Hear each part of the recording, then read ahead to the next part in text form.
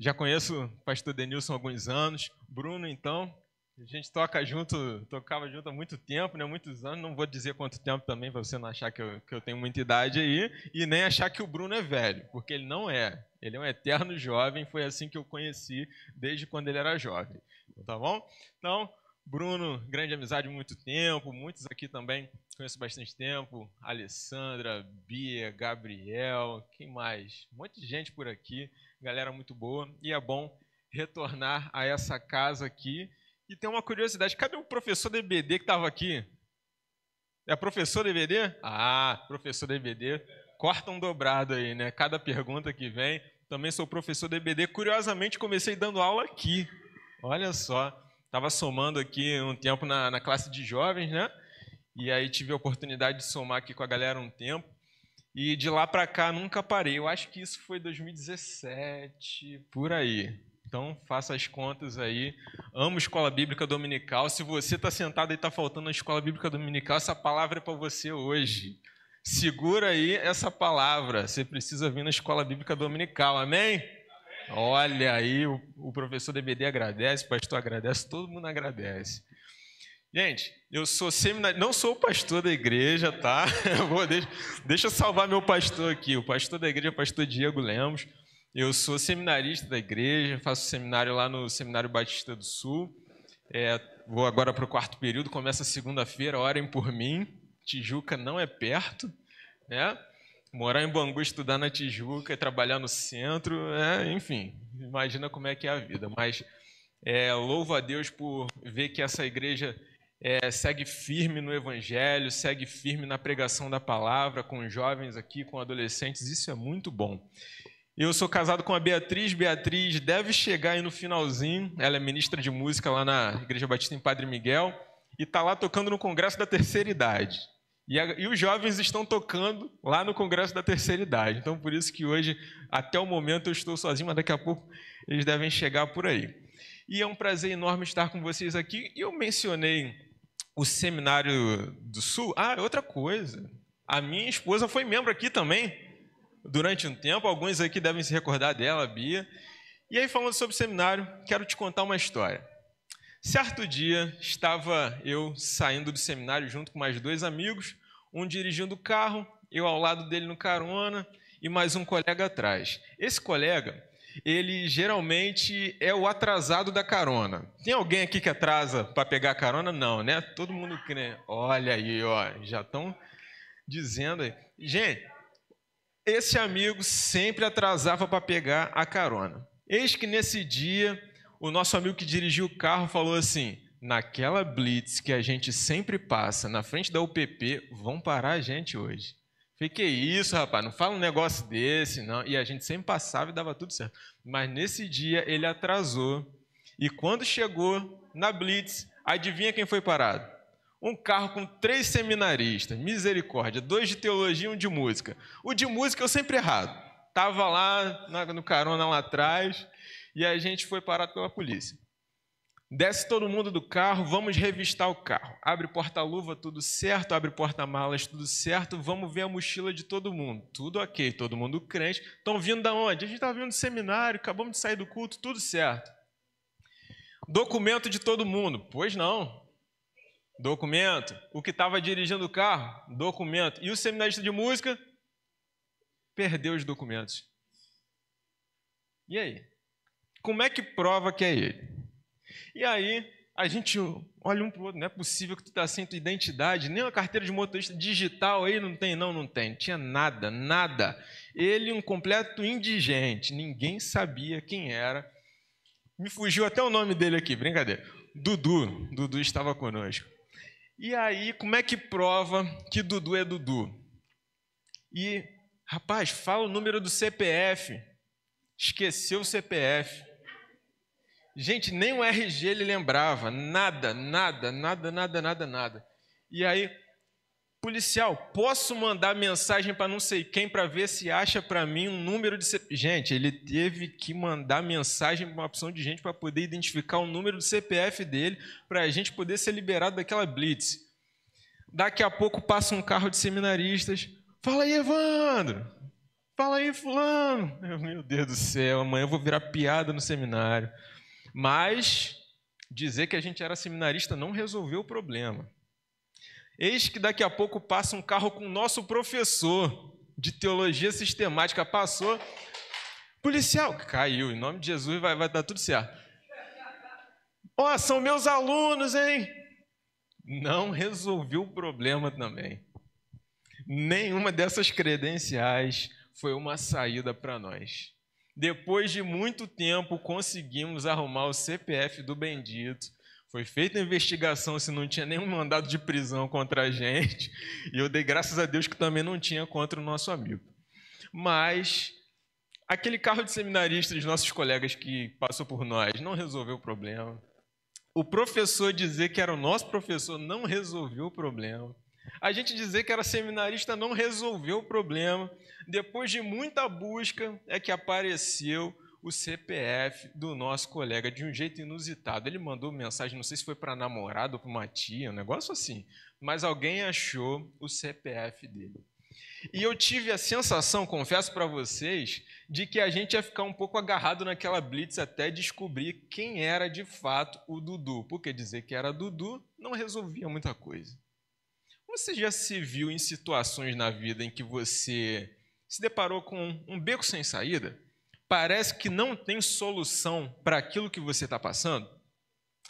Eu quero ler um texto com você nessa noite que conta a história de um profeta que se viu sem saída. O tema do culto jovem é Sempre Haverá uma Saída. E eu quero te contar uma história de alguém que ficou sem saída. Jeremias capítulo 38, um dia em que o profeta Jeremias ficou sem saída. Graças a Deus para a gente teve saída naquele dia. Mas enquanto você localiza o texto aí, de Jeremias capítulo 38, a partir do verso 1, eu quero te dizer que esse profeta, ele tem uma história, essa aqui que nós vamos ler, muito parecida com a história do povo de Israel. Em algum momento a história de Israel e a história do profeta Jeremias estarão conectadas, e a gente vai ver isso nesse texto. Jeremias capítulo 38, a partir do verso 1. Diz assim a palavra do Senhor. Ouviu, pois, Cefatias, filho de Matã, e Gedalias, filho de Pazur, e Jucal, filho de Selemias, e Pazur, filho de Malquias, as palavras que Jeremias anunciava a todo o povo, dizendo: Assim diz o Senhor, o que ficar nesta cidade morrerá à espada, à fome e de peste. Mas o que passar para os caldeus viverá, porque a vida lhe será como despojo e viverá. Assim diz o Senhor, esta cidade infalivelmente será entregue nas mãos do exército do rei da Babilônia, e este a tomará. Disseram os príncipes ao rei: Morra este homem, visto que ele, dizendo estas palavras, afrouxa as mãos dos homens de guerra que restam nessa cidade e as mãos de todo o povo, porque este homem não procura o bem-estar para o povo, e sim o mal. Disse o rei Zedequias: Eis que ele está em vossas mãos, pois o rei nada pode fazer contra vós outros. Tomaram então a Jeremias e o lançaram na cisterna de Malquias, filho do rei, que estava no átrio da guarda. Desceram a Jeremias com cordas. Na cisterna não havia água, senão lama, e Jeremias se atolou na lama. Ouviu, olha que nome bonito, Ebed-Meleque, o etíope, eunuco que estava na casa do rei, que tinham metido Jeremias na cisterna. Ora, estando o rei assentado à porta de Benjamim, saiu Ebed-Meleque da casa do rei e lhe falou: Ó rei, senhor meu, agiram mal estes homens em tudo quanto fizeram a Jeremias, o profeta, que lançaram na cisterna. No lugar onde se acha, morrerá de fome, pois já não há pão na cidade. Então deu ordem o rei a Ebed-Meleque, o etíope, dizendo: Toma contigo daqui 30 homens e tire da cisterna o profeta Jeremias antes que morra. Tomou Ebed-Meleque os homens consigo e foi à casa do rei por debaixo da tesouraria e tomou dali umas roupas usadas e trapos e os desceu a Jeremias na cisterna por meio de cordas. Disse Ebed-Meleque, o etíope, a Jeremias: Põe agora estas roupas usadas e estes trapos nas axilas, calçando as cordas. Jeremias o fez. Puxaram Jeremias com as cordas e o tiraram da cisterna. E Jeremias ficou no átrio da guarda. Vamos orar?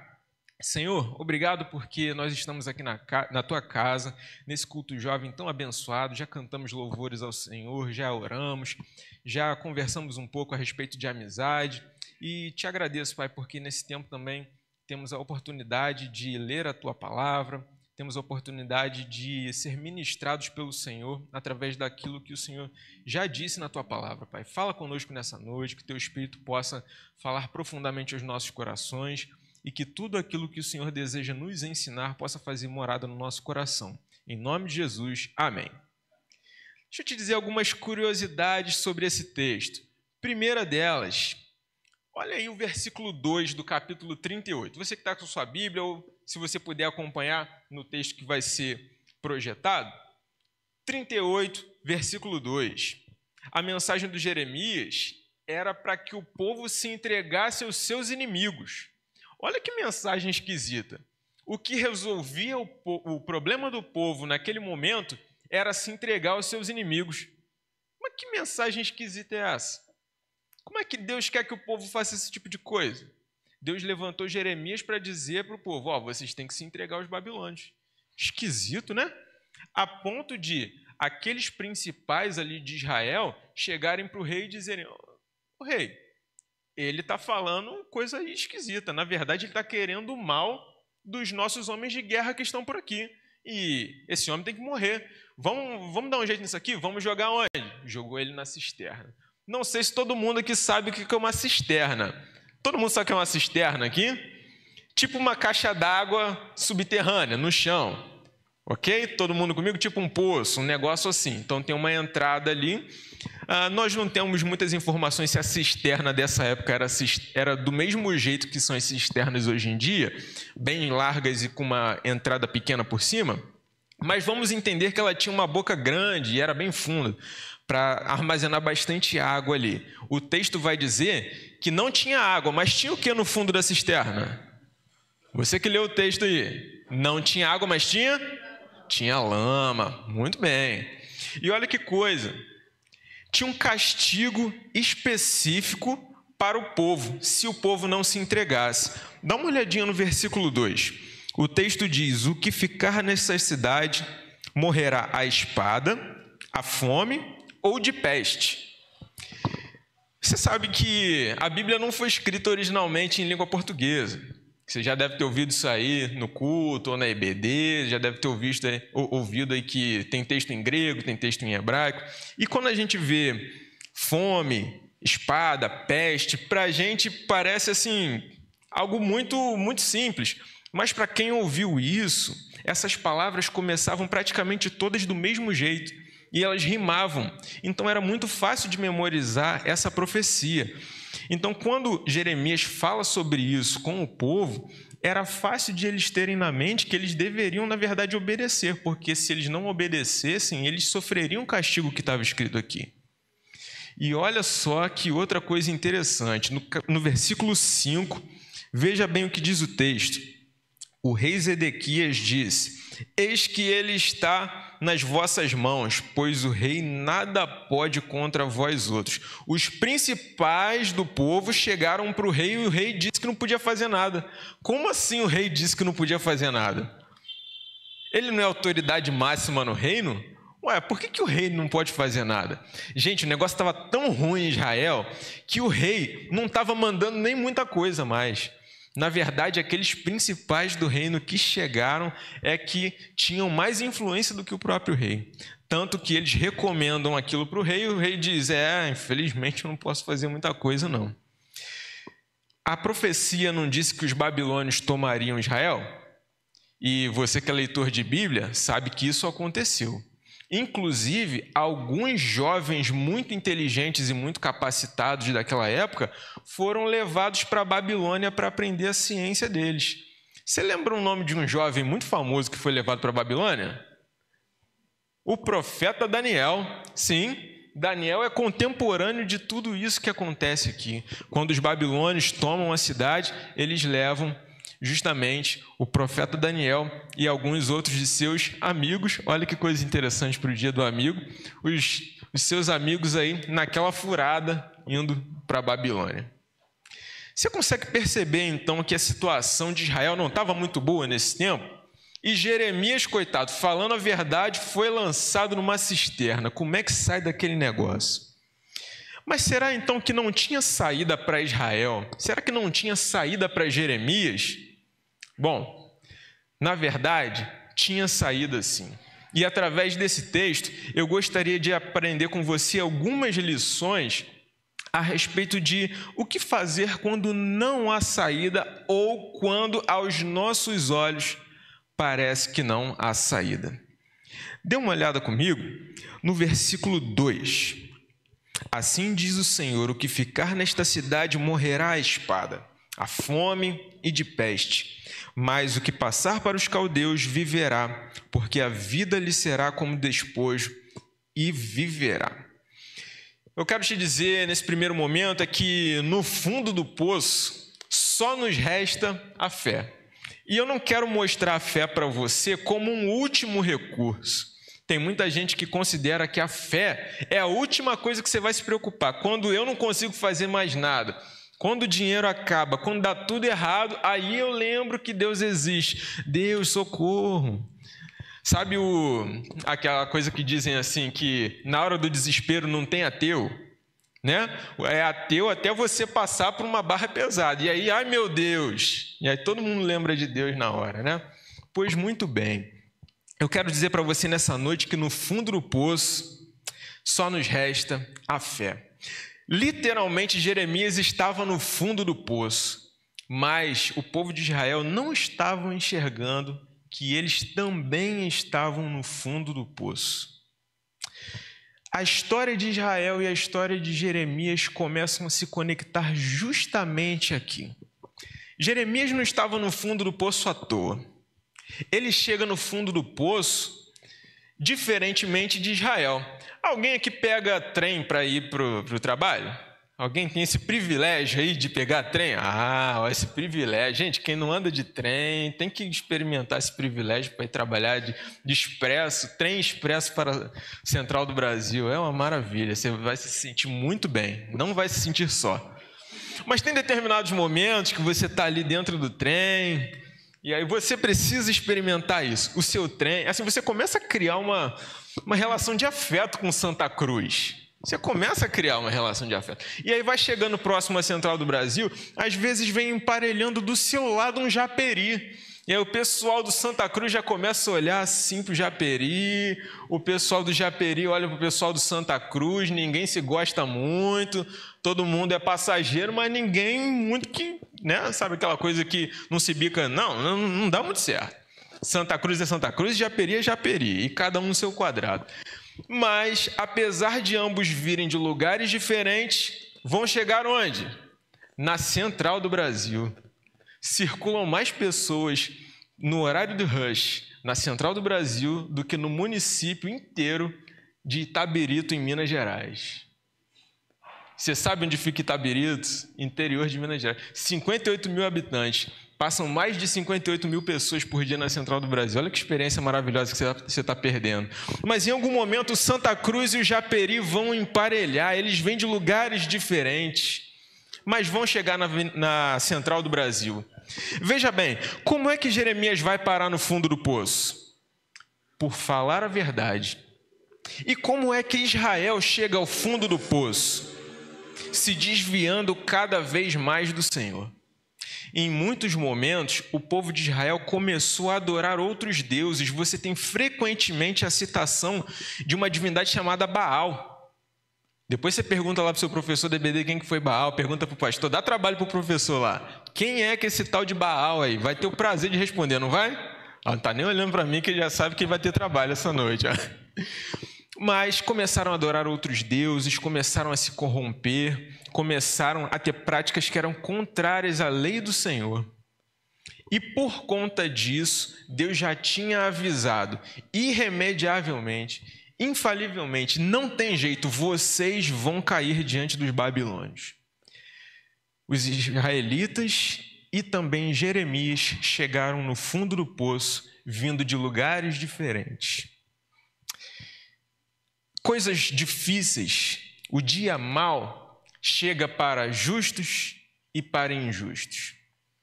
Dificuldade não escolhe ser humano, tá? Talvez em algum lugar por aí, e eu sei que aqui não, você vai ouvir que o crente não passa por nenhum tipo de problema. E você que está sentado aqui, certamente você sabe que você passa por dificuldade. Mas tanto o ímpio quanto o justo passam por dificuldades na vida. Israel, vindo de um histórico terrível, para no fundo do poço, mas Jeremias, sendo fiel e pregando a palavra, também chega lá. Você quer um texto que ilustra muito bem essa crise? É o texto do Salmo de 73, para mim um dos salmos mais bonitos da Bíblia. É um salmo escrito por Asaf, em que uma das perguntas mais tensas desse salmo é: Senhor, por que o ímpio prospera? Senhor, por que dá tudo certo para o ímpio e eu estou aqui escorregando, quase caindo? E aí ele vai fazer outras perguntas para Deus. Deus, eles têm saúde, o corpo deles é forte, parece que tudo dá muito certo para eles. Isso é estranho. O Senhor é bom para com Israel. Longe de mim dizer que Israel não é abençoado pelo Senhor, mas os ímpios estão bem. Ele vai observando o dia a dia e percebendo várias injustiças, até que ele chega a uma conclusão: é inútil servir ao Senhor. Essa conclusão de Asaf no meio do texto: é inútil servir ao Senhor.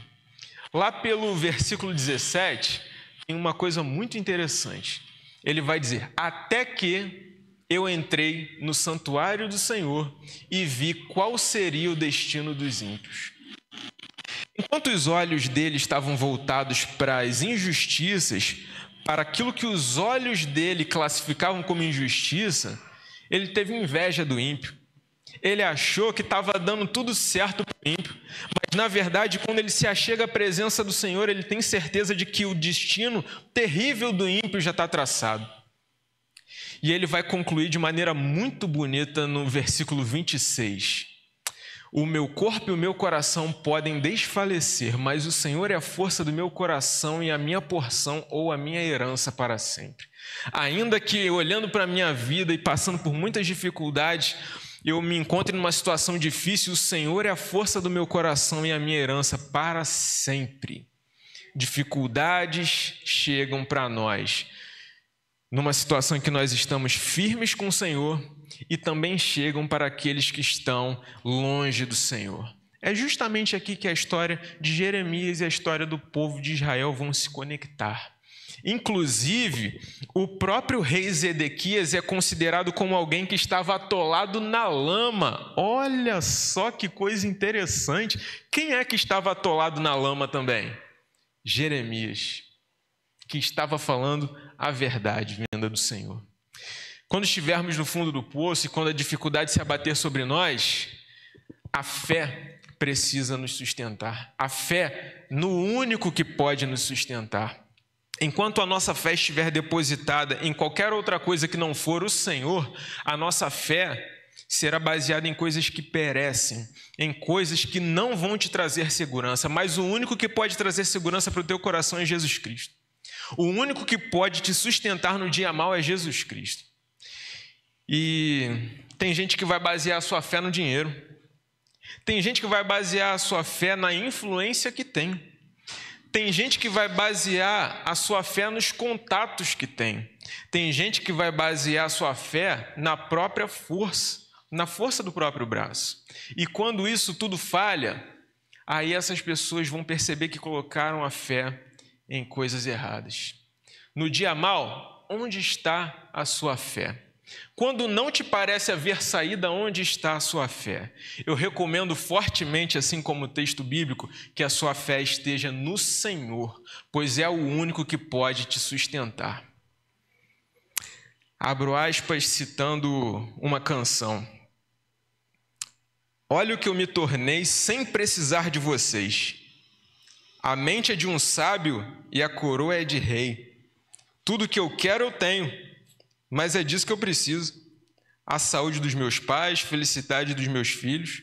O que é meu, e o que é seu. Eu agradeço todo dia por tudo o que Deus me deu. E não dá para citar mais dessa música além dessa parte aqui, porque começa uma baixaria danada. Essa é uma música do MC Pose. E eu trouxe um trecho de uma música do MC Pose porque eu sei que você, jovem e adolescente, ouve alguém que ouve isso por aí no dia. Você não ouve esse tipo de coisa, certamente. Eu tenho certeza de que não. Mas isso está no seu dia a dia. Isso está no seu dia a dia. Eu vou falar de algo que está próximo do seu dia a dia. Toca na sua escola, certo ou não? Ou eu estou inventando? Toca ou não toca Pose lá na escola? MC, eu não vou dizer o nome para não fazer propaganda desse pessoal. Mas eu peguei um exemplo aqui de alguém que baseia a sua vida no dinheiro. O dinheiro para ele é tudo. E ele diz, isso é tudo que eu preciso. E quando o dinheiro do Pose acabar? E quando o carrão que ele tem não servir mais? E quando a saúde dele foi embora por causa da quantidade de drogas que ele usa? Onde estará a fé? Onde estará a sua rocha? Diz a palavra do Senhor, Jesus Cristo falando a respeito do reino de Deus, e ele vai dizer, aquele que ouve as minhas palavras e pratica é semelhante a alguém que fundou a sua casa sobre uma rocha. Vieram contra ela vento e tempestade, mas ela não caiu. Que a nossa fé seja sempre firmada no nosso Salvador Jesus Cristo. Mas eu tenho mais ensinamentos para você nessa noite. É que as saídas de Deus são muito criativas. Deus é muito criativo quando vai inventar saídas para nós. Eu quero te contar um testemunho rápido. Eu fiquei desempregado no final do ano passado. Trabalhava numa empresa que prestava serviço numa universidade pública. E eu fiquei desempregado. Estudando no seminário, caro, bem caro. E aí, acabou a grana, fiquei devendo seminário, pastor, até o final do ano. Não tinha mais como pagar. E aí, final do ano chegando, fechei, o emprego não veio. Renovar a matrícula, não deixou renovar a matrícula, porque não estava pago aquele negócio lá atrás. Aniversário de casamento não deu para viajar, porque estava assim. Inclusive, minha esposa acabou de chegar ali, depois você dá um tchau para ela ali. E aí, não deu. Gente, minha mãe me deu um presente. Falou assim, vai lá na casa de praia que tem lá, dá um passeio lá. E aí um amigo que não mora no Brasil me manda uma mensagem. Evandro, tudo bem? Aí eu, já vai pedir alguma coisa, não está morando no Brasil, muitos anos sem falar comigo, pastor, vai pedir alguma coisa. Olha a minha cabeça. Aí eu falei, rapaz, eu estou em viagem, a gente pode se falar domingo? Pode. E aí domingo eu falei com ele. E aí, cara, como é que você está? Rapaz, estou voltando para a igreja aqui. É mesmo, cara, que bom que você está voltando para a igreja, mas eu já estou um tempo sem dizimar. Ele é mesmo. Poxa, tem que voltar, hein? Tem que, né? Volta para a igreja, rapaz. Rapaz, mas eu queria abençoar alguém aí. Fiquei sabendo que você está no seminário. Gente, como é que essa informação chegou lá do outro lado do mundo, eu não sei. Eu falei, tô. E como é que tá? Eu falei, tô devendo. Ele, quanto? Eu falei, tanto. Aí ele, beleza, manda aí para mim. Como assim? Pera aí. Não existe almoço grátis, né? É isso que a gente aprende por aí. Tá, mas ok. Zerou, pagou. Aí eu, glória a Deus. Mas e o resto? Eu falei, estou desempregado. Aí ele, quanto é que é? Tanto. Manda para mim aí o semestre todo. Como assim o semestre todo? Pode mandar para mim. Até o dia de hoje, já voltei a trabalhar, tá? E continua me patrocinando. Olha o tipo de saída que Deus gera. Esse é um exemplo da minha vida. Mas na sua vida podem acontecer muitos outros. Deus é extremamente criativo para gerar saídas. E você sabe qual foi a saída criativa que Deus teve para o povo de Israel? Tirar a liberdade deles. Ó, vocês precisam se entregar para os seus inimigos. Pera aí, não é bem assim, não, o que é isso? Como é que a saída que o Senhor está mostrando para nós é tirar a nossa liberdade? Entregar? Não, de jeito nenhum. Jogar a toalha? Não. Essa foi a saída que Deus apresentou para o povo de Israel. E aí eu quero te dizer uma coisa nessa noite. Muitas vezes a gente pede saída para o Senhor, mas quando Ele apresenta a saída para nós, a gente não curte muito a ideia, não. A gente quer a saída do nosso jeito. Porque, vamos lá, entregar a sua liberdade para um povo inimigo não era algo lá muito tranquilo, não. Eles seriam agora comandados pelos babilônios, que tinham uma fama de ser muito violentos. O profeta Jeremias é levantado pelo Senhor para apresentar justamente essa palavra difícil para Israel. A saída para eles era perder a própria liberdade. A saída para Jeremias foi muito parecida, foi jogado no fundo do poço. E outra coisa, você percebe que Deus levantou uma pessoa para ajudar o Jeremias? Lembra do nome dele? Ebed-Meleque. Você que vai ter filho aí, você que vai, de repente, adotar uma calopsita, um vira-lata novo, um negócio assim. Ebed-Meleque. Um etíope. Peraí, etíope não é israelense não, hein? Não é israelita não. Deus levantou alguém de outra nacionalidade para ajudar Jeremias. Aqui a história de Israel se conecta de novo com a história de Jeremias. Deus levanta alguém de outro país, de outro povo, para ajudar Israel. Lá na frente você vai ver Ciro sendo levantado de outra nação para socorrer Israel. Olha como essas histórias se conectam. Deus apresenta para nós saídas criativas, mas nós precisamos estar de coração aberto para as saídas que Deus nos apresenta. Muitas vezes a gente ora pedindo a Deus um relacionamento, mas parece que ele está demorando. Daí a gente sai por aí ajudando a Deus, né? A gente sai convencendo, não o Espírito Santo convencendo, mas a gente mesmo vai convencendo lá um ou outro. E aí, bom, você já sabe onde é que essa história vai dar. Deixa Deus fazer as coisas no tempo dele. Aqui tem gente que pede a Deus para melhorar sua condição financeira, mas está morrendo numa grana lá no Bet. Misericórdia. Aí, Jesus amado, aí está pedindo um negócio para Deus, Senhor, me manda uma saída.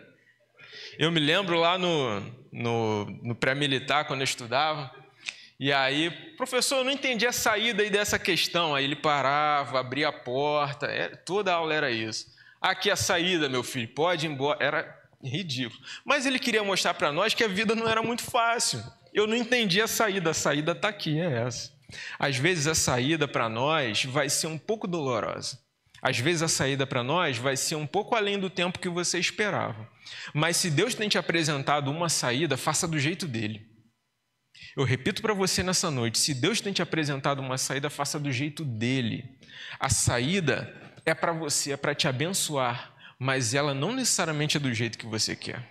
A saída para Israel era se entregar a um outro povo e lá na frente eles seriam restaurados porque tinha muita coisa para aprender no exílio. Grandes coisas foram produzidas durante o exílio.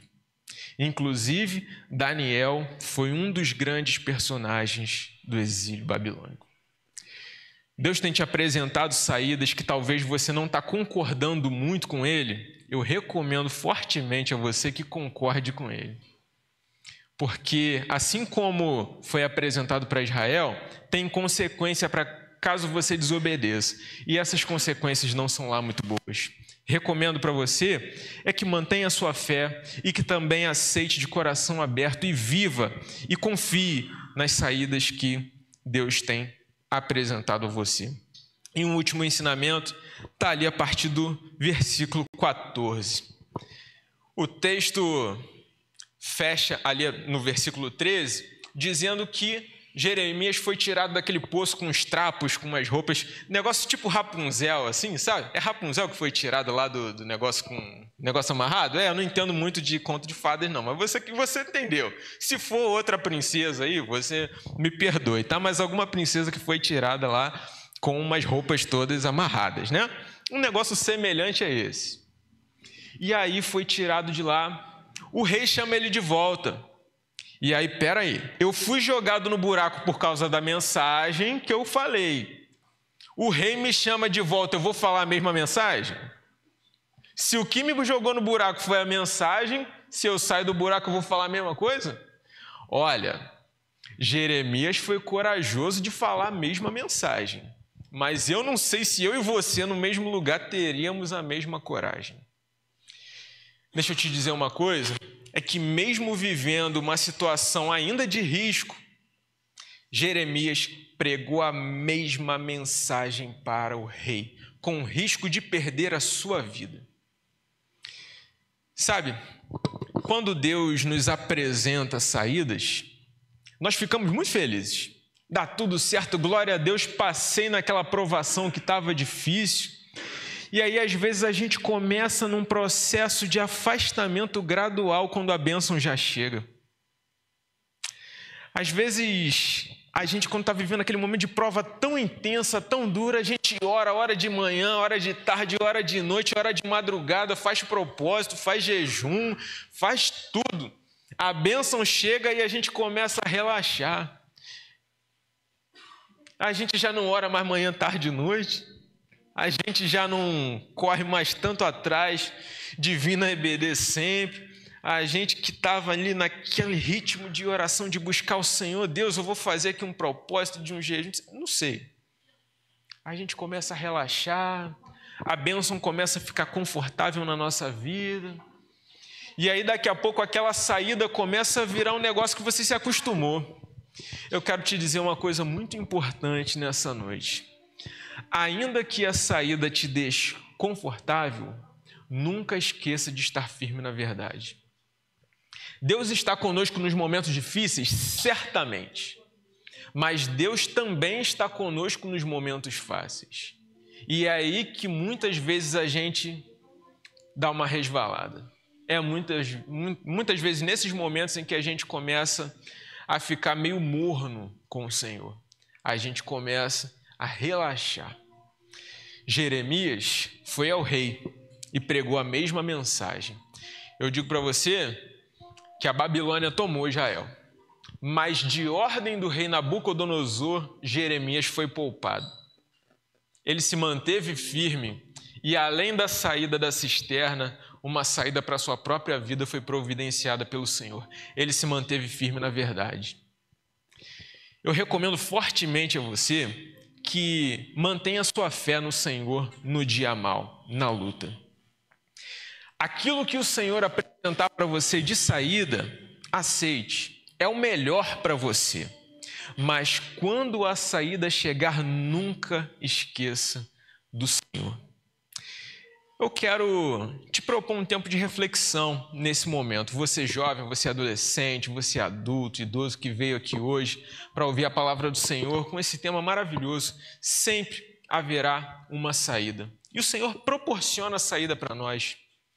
Agora, precisamos entender que as saídas que o Senhor nos proporciona não são só para nos deixar tranquilos e confortáveis. Isso pode ser testemunho para outras pessoas também. A saída que o Senhor nos proporciona não é só para a gente ficar aqui, tranquilão, e a gente começar a se esquecer dele. Mantenha-se firme. Testemunhe disso. Não esqueça do Senhor no tempo da bênção. Eu não sei se o tempo que você tem passado hoje é o tempo da luta ou o tempo de estar tranquilo. Mas independentemente do tempo que você estiver passando, eu quero te convidar a orar nesse momento e colocar sua vida diante do Senhor, pedindo que Ele te fortaleça cada vez mais. Nunca esqueça do Senhor, nem nos momentos difíceis, nem nos momentos fáceis. Ele sempre está conosco, sempre haverá uma saída. Vamos orar? Senhor, muito obrigado porque a Tua palavra fala ao nosso coração e percebemos através desse texto que o Senhor está conosco quando nós estamos no fundo do poço. Também o Senhor está conosco quando o Senhor nos resgata. O Senhor está conosco nos momentos em que nós estamos tranquilos, mas o Senhor também nos recomenda manter a firmeza na verdade. Ó Deus, ajuda os meus irmãos que estão passando por momentos de luta, por momentos de tribulação, que eles sejam confortados, Pai. Que no tempo certo eles percebam que há uma saída elaborada pelo Senhor. Ninguém mais vai prover isso, apenas o Senhor. Abençoe também aqueles irmãos que já enxergaram a saída, mas não estão aceitando também. Ó Pai, que eles possam obedecer a Tua palavra e não inventar outras coisas, mas obedecer ao Senhor.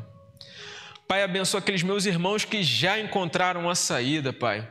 Que eles permaneçam firmes no Senhor e não confiem na tranquilidade, mas confiem no Senhor. Que em nome de Jesus, Pai, cada um de nós aqui saia com o coração fortalecido por Ti e que tenhamos sempre a certeza de que sempre haverá uma saída no Senhor, proporcionada por Ti, e isso sempre vai glorificar o Teu nome. Essa é a nossa oração nessa noite, em nome de Jesus. Eu peço que você continue de olho fechado. Eu não sei se você nessa noite tem enfrentado esse tempo de prova. Eu já estou em pé aqui, eu tenho enfrentado lutas hoje que eu não tenho encontrado saída. Está ruim de encontrar saída. Eu olho e eu não sei como é que eu vou tomar decisões a respeito disso. Mas eu creio num Deus que me dá certeza de que vai ter saída. Se você vive uma situação dessa de que você não vê saída, ainda de olhos fechados, eu queria convidar você a levantar sua mão. Eu quero orar por você.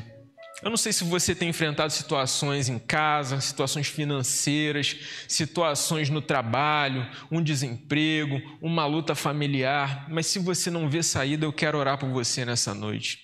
Eu não sei se você tem enfrentado bullying na sua escola, eu não sei se você tem enfrentado várias reprovações nos concursos que você quer, mas eu quero orar por você nessa noite. Eu quero orar por você também nessa noite, que já encontrou a saída, mas não está muito afim de obedecer, não. Essa palavra é para você também. E eu quero orar por você. Deus te abençoe. Quero também orar por você que está vivendo um momento tranquilo, mas que tem ficado um pouco na corda bamba, se esquecendo do Senhor de vez em quando. Eu queria orar por você também. Senhor Deus, nós estamos aqui na Tua casa clamando ao Senhor. Pai, mostra-nos uma saída. Por favor, Pai, precisamos da saída que só o Senhor pode proporcionar. Ó Deus, nos ajude a obedecer ao Senhor quando essa saída chegar, Pai.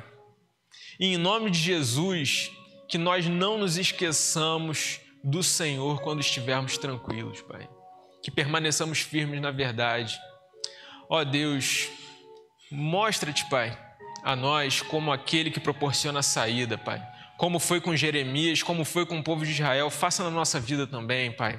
Que consigamos esperar o tempo, que o Teu Espírito possa confortar o nosso coração, sem jamais esquecer que é o Senhor quem proporciona a saída, Pai.